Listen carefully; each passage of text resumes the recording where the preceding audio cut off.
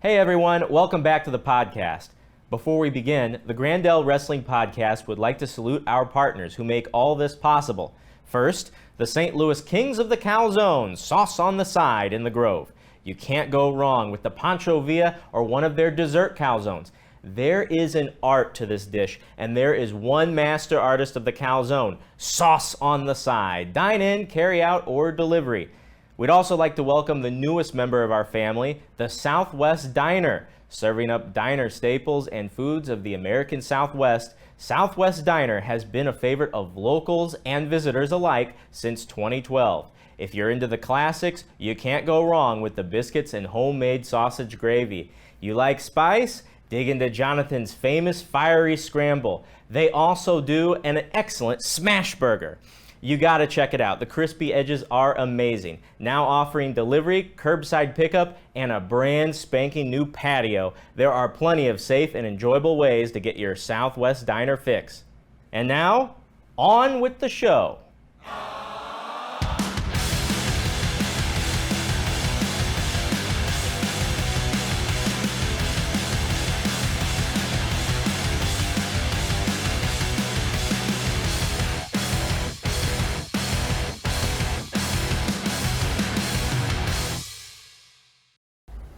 Hello everybody and welcome back to the Grandel Wrestling Podcast. Ben Simon here with my guest. He is the Impact Wrestling X Division Champion, the walking weapon, Josh Alexander. Josh, welcome into the show. Oh, thanks for having me. Before we get started, can we just change something up? I know you have the Missouri State Heavyweight Wrestling Champion. It's a classic. I mean, I'm sure it's Harley Race's grandfather's first championship or something, knowing it's Missouri, but I brought my Impact Wrestling X Division Championship, so I think we should put this on display. Sure, let's switch it out. We can do that. Yeah. It's a special occasion. It's not every day we have the X Division Champion on the show. There you go. Well, now how about that? Last minute set change. Josh, it's great having you back here in St. Louis. Of course, one of your trademarks, I'll just get right to it, is the headgear. Mm-hmm. Were you an amateur wrestler? Where did the headgear come from? Unfortunately, not an amateur wrestler. I'm from Canada, and in Canada, we do not fund our high school wrestling programs or many sports programs in general, other than hockey. So when I grew up, wrestling wasn't really an option, and I never got to participate. And then once becoming a pro wrestler, I suffered an injury in, I want to say 2012, where my ear it cauliflowered very badly and it like burst off my head, and I had to get it surgically pinned to the side of my head for several weeks. And they wanted me to not touch my ear for 3 to 6 months, but that wasn't an option because I had a booking coming up in like 2 weeks. So I donned the headgear, and it's been with me ever since. It's funny, if you're a fan in the crowd, you might think, oh, that's an interesting gimmick. But no, it's just actually practical and functional. Yeah, exactly. And I get the jokes all the time. I used to get it every single time I came out, like the Rick Steiner barking or nice headphones, all this stuff. But now it's just become a part of me where other than Rick Steiner, I think I'm the only person in pro wrestling that's synonymous with the headgear. Well, it's not bad company to have. So starting off, you were not a very popular kid in school. I was reading an awesome article in the Sporting News about you that came out just a few weeks ago. Shout out to Andreas Hale on that article. And you were not popular growing up. You were a little bit, dare I say, of a social outcast. And wrestling became your passion, your inspiration. Talk about that. I was an overweight kid. Like my whole life, I was borderline obese, and then I was obese. I was near 300 pounds going into senior year of high school, and I just got teased my whole life, and it made things difficult. But pro wrestling was really the one thing that I was very passionate about from the get-go when I discovered it when I was 12 years old. But through pro wrestling, wearing an NWO shirt to school, I discovered friends that had this like-minded thing of pro wrestling that we could bond over, and that's how I got friendships. That's how I got through high school. That's how I built these relationships that gave me the confidence to even get out in the world, because I was a complete recluse before that. I can relate to that so much. Yeah. Were you a fan of the old Wednesday night pay-per-views at TNA Wrestling? Yes, I tell this story all the time, is that me and those similar friends were wrestling on my trampoline in the backyard, and it was I think June 19th, 2002, I believe, and we ran inside on Wednesday night at 8 o'clock to tune into the first TNA. You saw the first one? Very first one, because I remember it was Jerry Lynn, AJ Styles, and Low-Ki came down to the ring, and I was like, I've never seen these guys before in my life. And then the Flying Elvises came down. I was like, what is this? What's going on? This is a weird thing. This is a bad start. But then, like, the second I saw what Low-Ki did in like the first 2 minutes of that match, it just changed my idea of what pro wrestling could be. Like, it was really like the start of me like thinking I could actually be a pro wrestler. It really was quite the time to be a wrestling fan. I mean, I remember watching that, well, a few months after the fact, and it was like NWA TNA at the time was seemingly changing the game at the televised level. Well, I fell out of watching pro wrestling regularly because there was no competition anymore. I was a big fan of the WWE versus WCW relationship and like who could go where and what's going to happen next, and like just the competition involved. So, you know, there was a few years of nothing, and then when NWA TNA came up, I was just like, oh, there's a new game in town. Now we can have some more competition. So like that's why I tuned back in.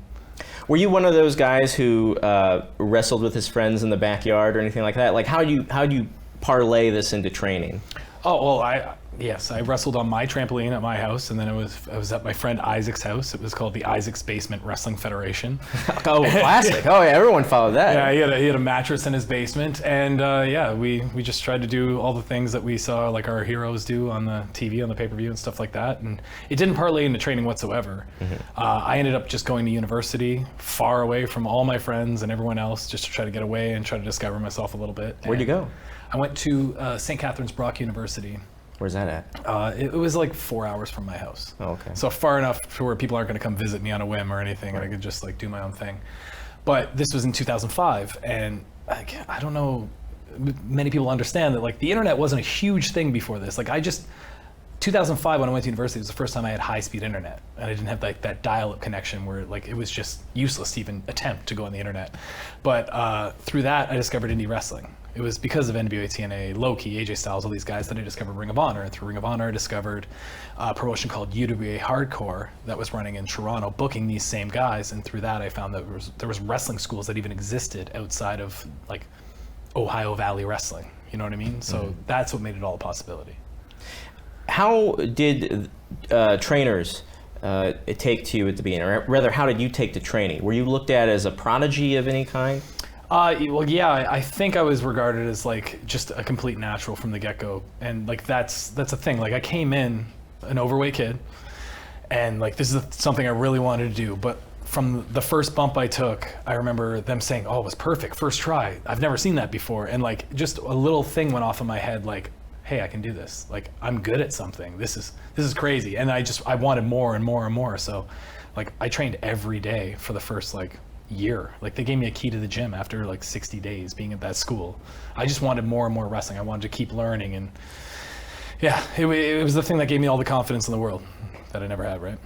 What was it like 2010, 2011, you met Ethan Page, and this set your career on a different trajectory for quite a while, the Monster Mafia. I saw that initially when you met him, you guys did not get along at all. How did that start, though? Like, why didn't you guys not get along? Well, I started wrestling in 2005. He started coming around to that same school in 2006, I believe. You're both from Ontario, yeah, right? Same area. Like the school that I went to was an hour from my university. It was like 5 minutes from his house, and all his friends were already there. So he joined the year after. So I met him years before 2010 when we started becoming a tag team.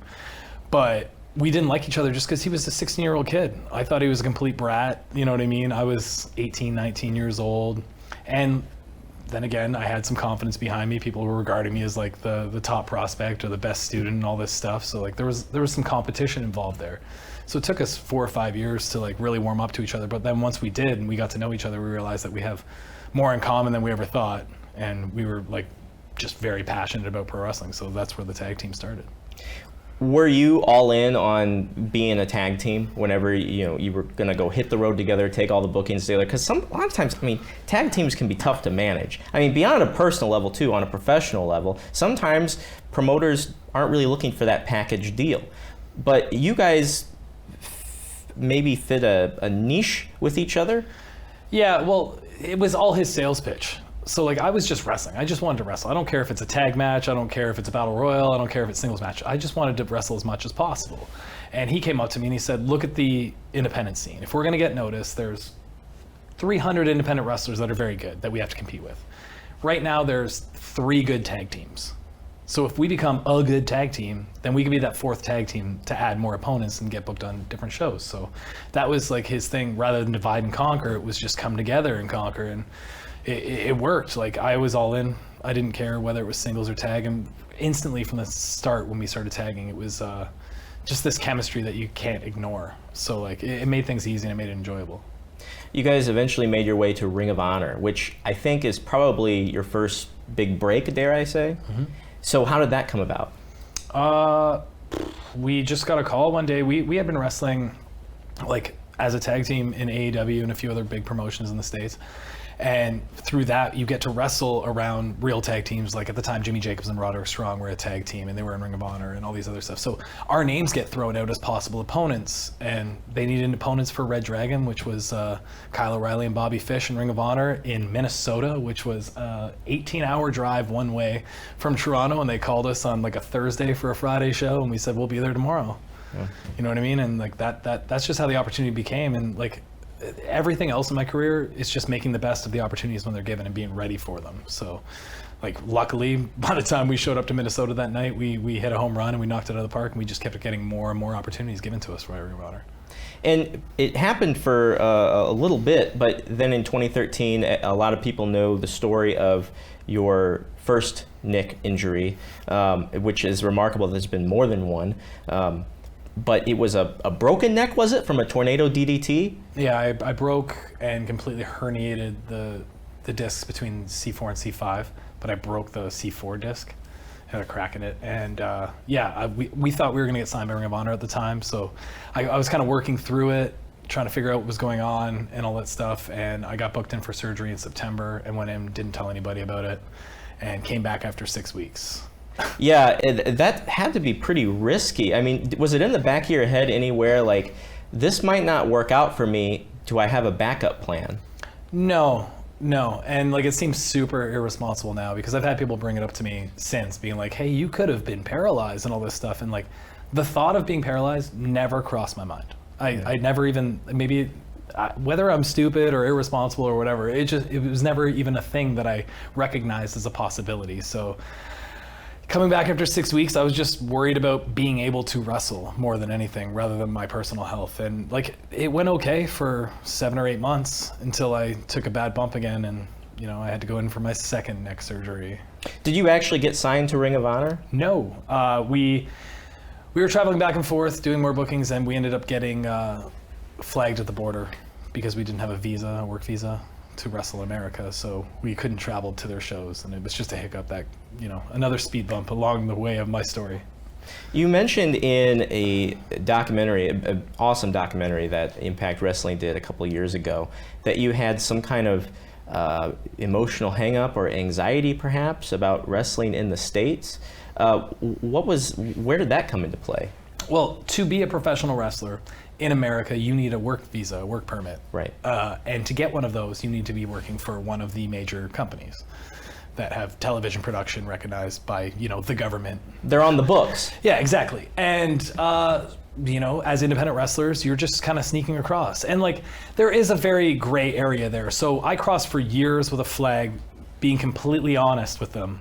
But at any given point, a border security officer can turn you around. You could be completely forthright and honest and everything, and you could check every box, and they could look at you and just not have a good feeling about you and tell you to turn around. So at any time as a Canadian coming into America, that booking that you're taking from a promoter is a risk for that promoter as well. Yeah. So it's even harder to get bookings. So that's where the anxiety starts. You're always worried about when's the next time you're going to get turned around, basically. All right. Well, are you still on a visa, or do you have like dual nationality or something? How does this work? No, I have a work visa through Impact Wrestling. I have for the past like 2.5 years, and I'm very thankful for that. It makes things much easier. If I choose to move here, which is a possibility in the future, I can apply for citizenship and everything like that. But all right. Yeah. You mentioned the months afterward from your first neck injury.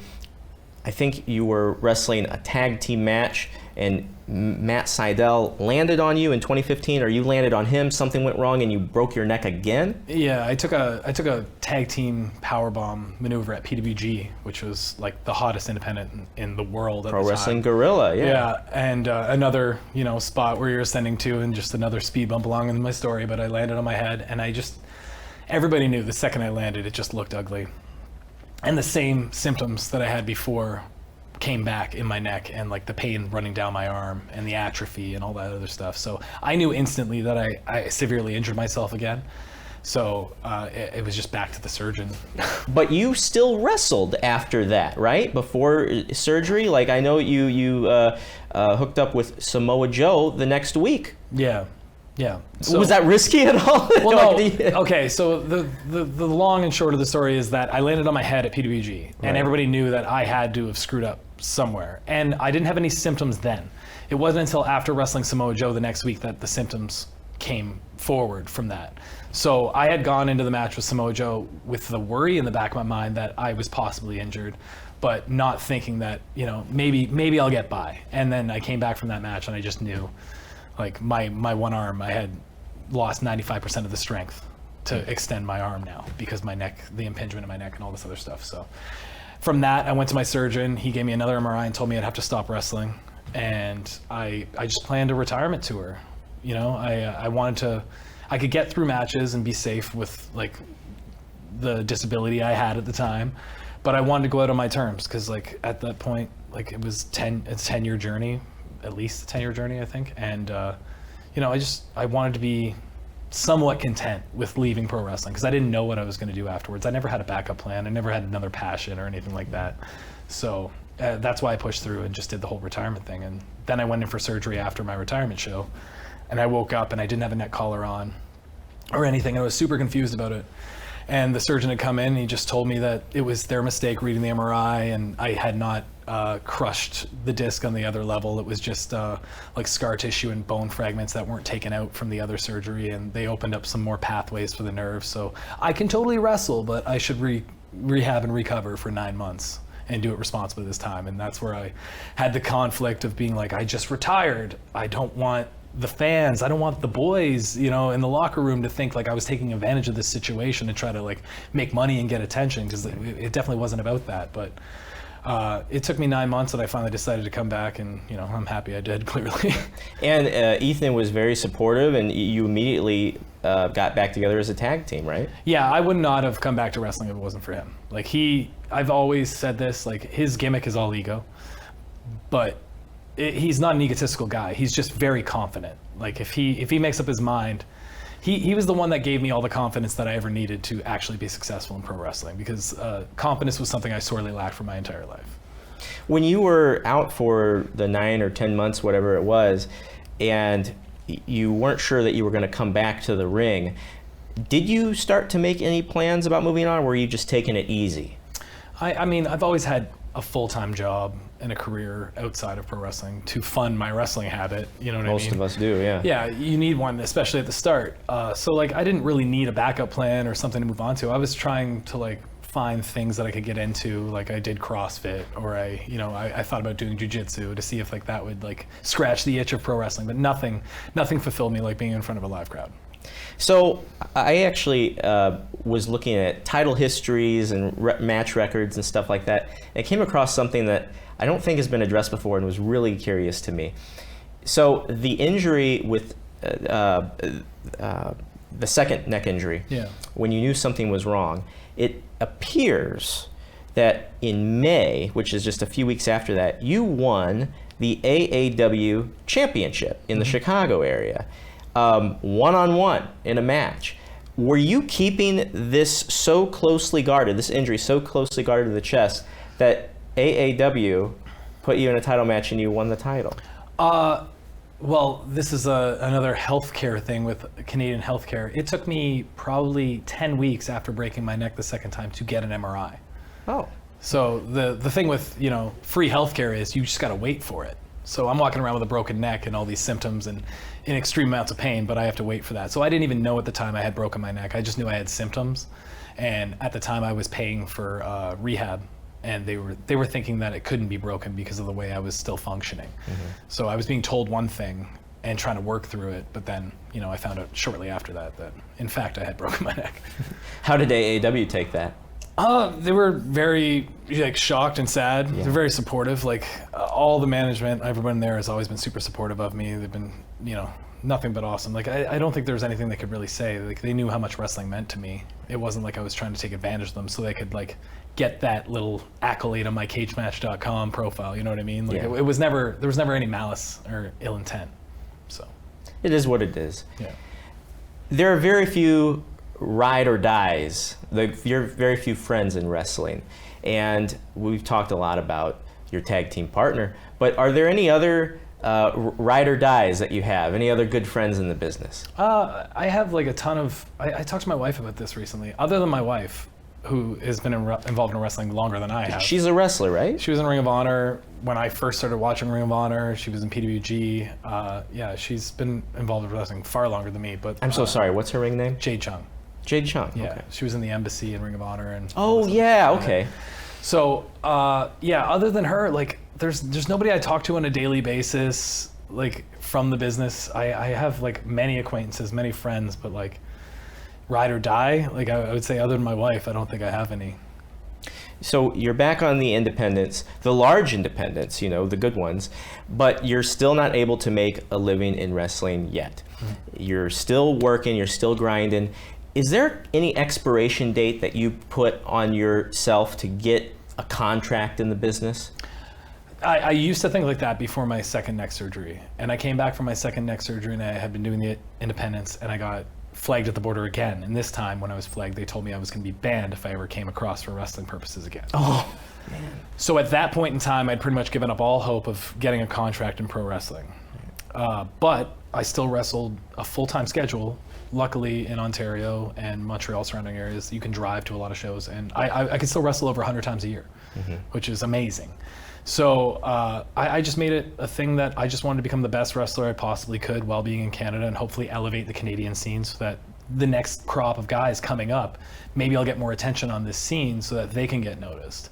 And then through that, I was just lucky enough to, you know, wrestle in places that worked with a company called Impact Wrestling, and, you know, they took notice of me. So I had completely given up hope of ever getting signed to a company when it happened. And oftentimes you hear that that's the way things actually work out. So. And I definitely want to talk about that. The video was widely circulated on social media of Scott D'Amore in the ring with you at Destiny World Wrestling. Was this in Toronto? Yeah, it's just outside Toronto, a town called Mississauga.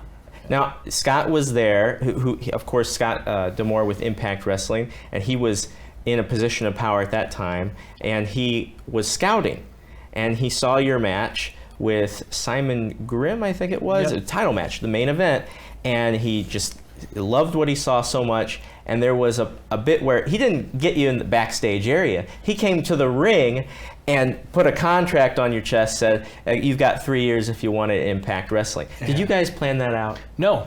I had come back from the match. I got hurt in the match. I smoked my head off the metal post of the ring. So when I came to the back, I just wanted to sit down. I needed a breather. And I heard his voice coming over the microphone, like, Josh, get out here, Josh, get out here. I'm like, what? Okay, so like I drag myself out there. I don't know what's going on. And that's when he drops it all on me. And like, for it to happen in front of that crowd with my wife in attendance and all this other stuff, completely unexpected. It was just like, it was the most surreal kind of like emotional experience that could have happened involved with pro wrestling, for me at least. And, you know, it's something I'll never forget. And like still to this day, like we're almost 3 years later, people reference it all the time. You know what I mean? Fans come up to me all the time. Just like, I was there that night that happened. I was just like, it was a cool thing for Canadian wrestling and me.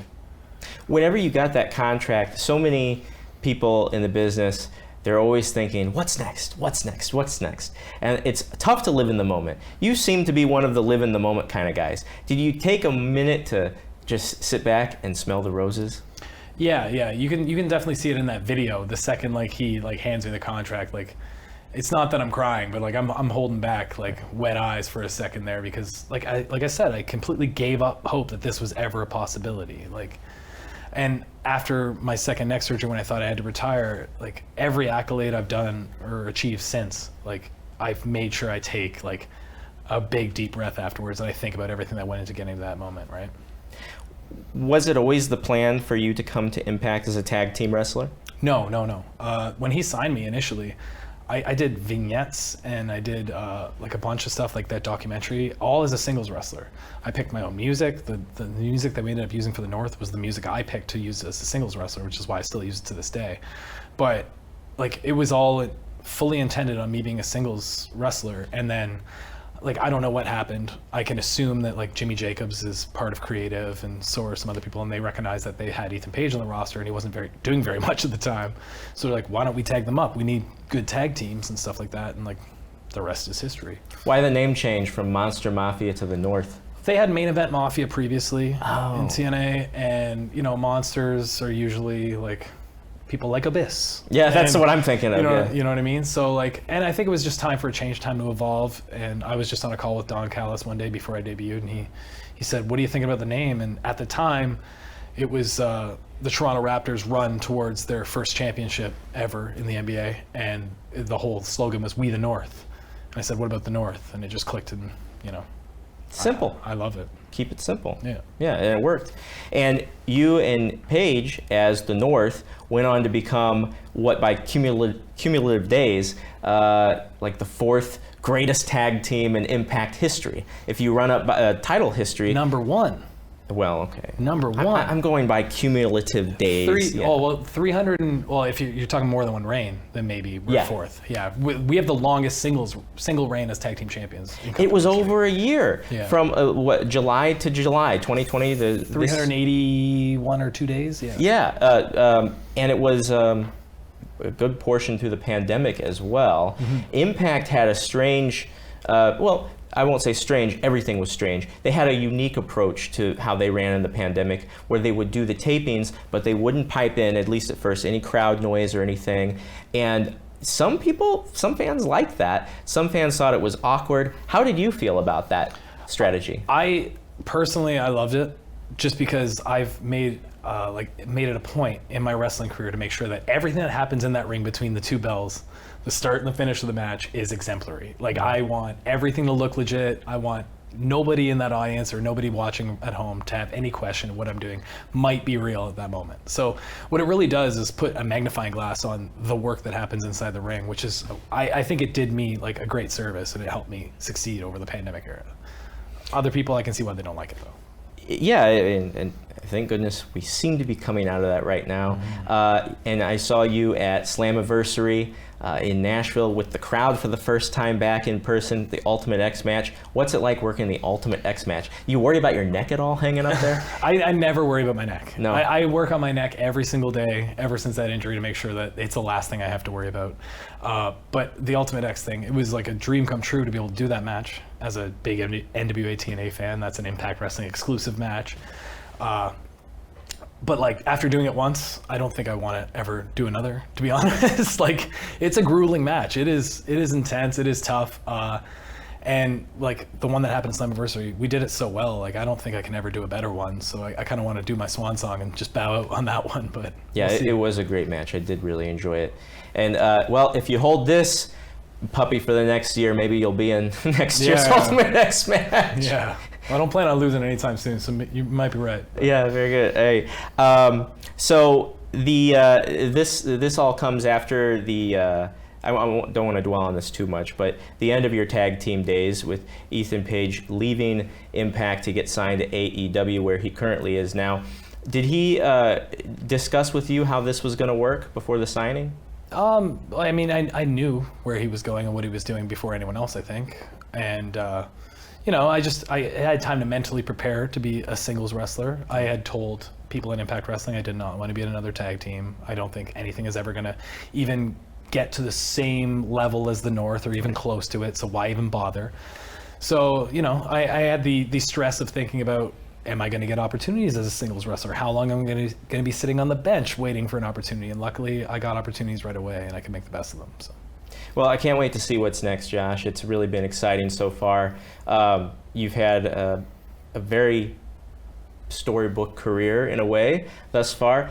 I'm going to hit you with something, though, that we didn't discuss before the show, and we might have to edit out some dead air. I don't know, unless you're quick on your feet. Every guest we have on the show, I always ask them about their wrestling horror story. Something from the road or in the locker room or even in the ring, the baddest, the maddest, the saddest, maybe scary. Do you have a wrestling horror story you could share today? I mean, I have a sad story, and then I have a kind of funny horror story. Hey, it's your choice. I mean, I'll keep it light. For that same booking, that first Ring of Honor booking in Minnesota that we got against Red Dragon, that first opportunity, I drove an hour from my house to meet Ethan Page. I got in his car then to drive the rest of the way, the other 17 or so hours to Minnesota.